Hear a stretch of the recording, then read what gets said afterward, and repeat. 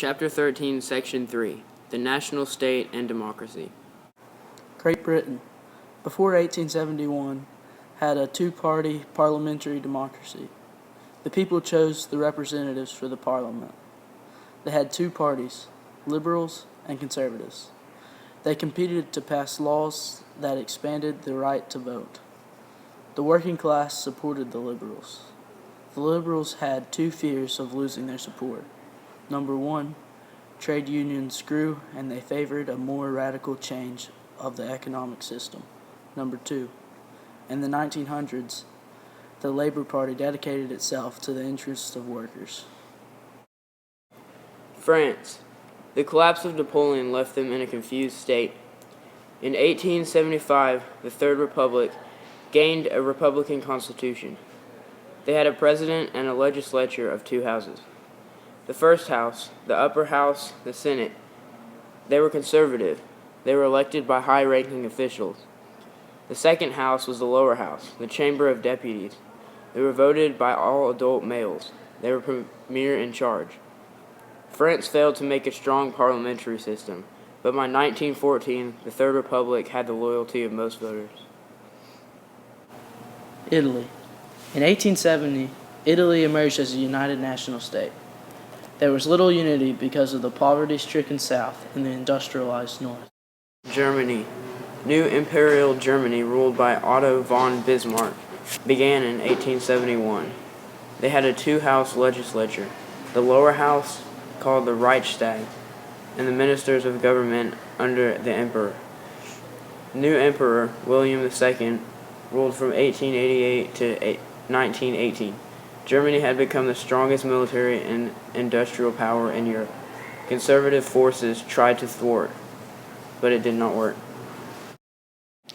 The Austrian and Hungarian Empire. Austria and Hungary formed a dual monarchy. In 1867, Austria enacted a constitution. Francis Joseph largely ignored the system.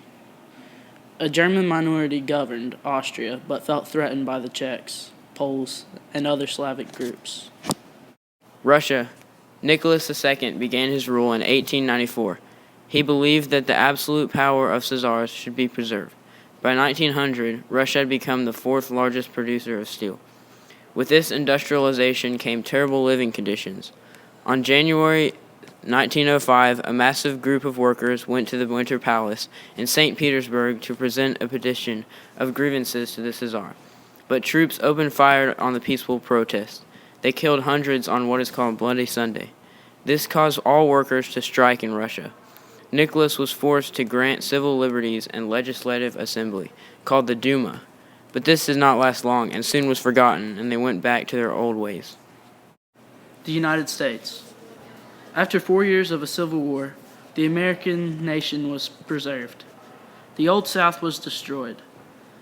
In 1865, the U.S. abolished slavery, but African Americans were still treated poorly. Between 1860 and 1914, the United States shifted from a farm-based economy to an industrial economy. In 1900, American steel and iron production was the best in the world. Carnegie Steel Company was the best of the best. In 1900, the United States was the world's richest nation. Many workers labored in unsafe factories. In the late 1800s, the United States began to expand abroad. Americans controlled the sugar industry in the Hawaiian Islands. Queen Liliuokalani, the Queen of Hawaii, was deposed and the U.S. annexed Hawaii in 1898. In 1898, the U.S. won the Spanish-American War. As a result, the United States acquired Puerto Rico, Guam, and the Philippines.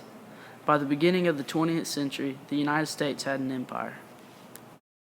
World War I was beginning and setting its stage between 1908 and 1913.